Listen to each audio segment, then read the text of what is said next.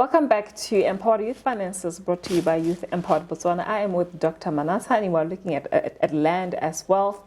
And when we went for our quick break, we were talking about owning land in perpetuity, and I'm interested in what that means and why others have access to that and some of us don't. And what does that even mean, owning land in perpetuity? And you're in the, Yes, I was saying that the freehold land tenure system is a foreign concept. Yes. Which means, it is not even a Roman Dutch law concept which defined it. It was an English property law concept, which you are owning something. And then, as I said, the English, most of the freehold land were the land that was owned by the white settlers. Yes. These white settlers at 1893 as of that concession, then they owned the land. But over the years, the government has been buying freehold land, converting into tribal and state land. The government will, for instance, the Tati Company land in Francistown. Yes. The government will buy that land for the villagers in the Northeast District who are land starved. Yes. They will buy that land and then convert it into tribal land to be administered by the Tati Land Board.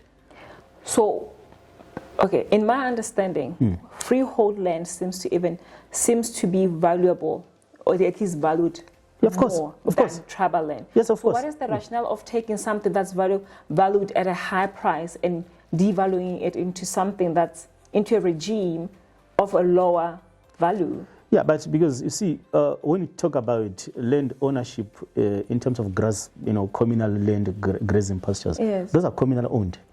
So you need a mechanism that will be managing what the land board, the Tati Land Board, or any land board will be managing tribal land. So then, it will be managing tribal land. So and then as you say, the freehold land mostly is a privileged few. Yes.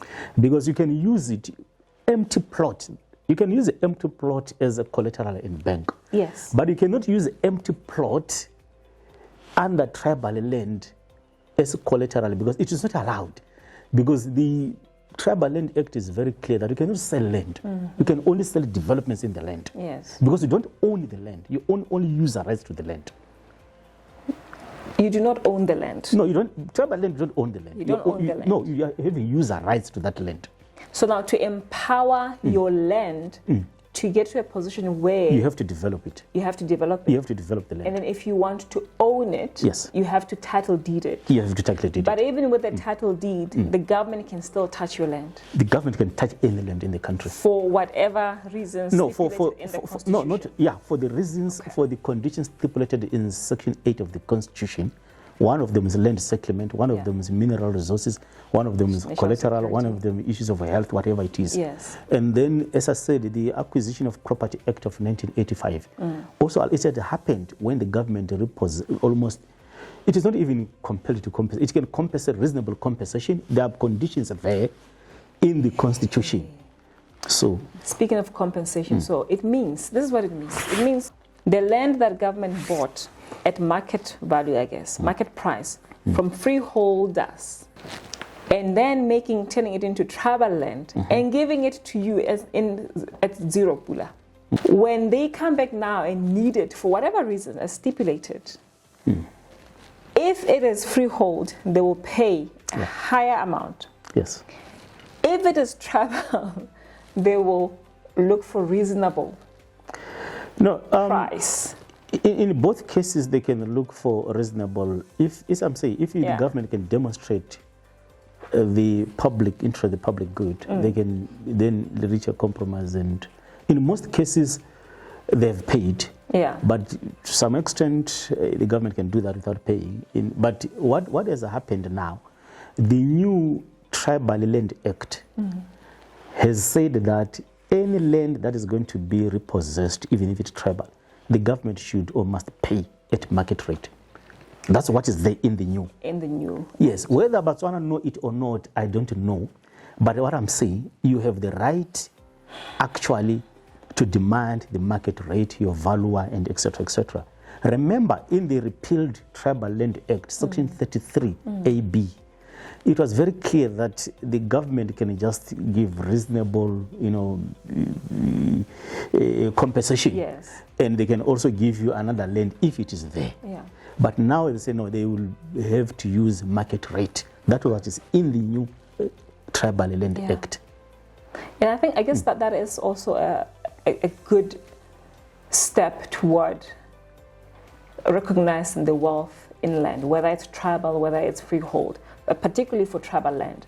Because if I have put a structure on my land, and then before it could have just gone at 30,000, and now I have a house and it can be 600,000, it means government will consider the 600,000. No, the government will because for now, the government used to pay for the developments in the land. Okay. Okay? Okay. That was well given. Yeah. That's why somebody will be crying that I have got Massimo 15 hectares. I only get 5,000 pula from the Moshipa Land Board or somewhere there. Yeah. It's simply because the government would just count those poles and karate uling. That's what used to be paid for, not really the land. Oh, wow. So Okay. then yes. Okay. But I wanted to emphasize that where you have issues of demolitions, it is because people would have maybe developed illegally in those structures.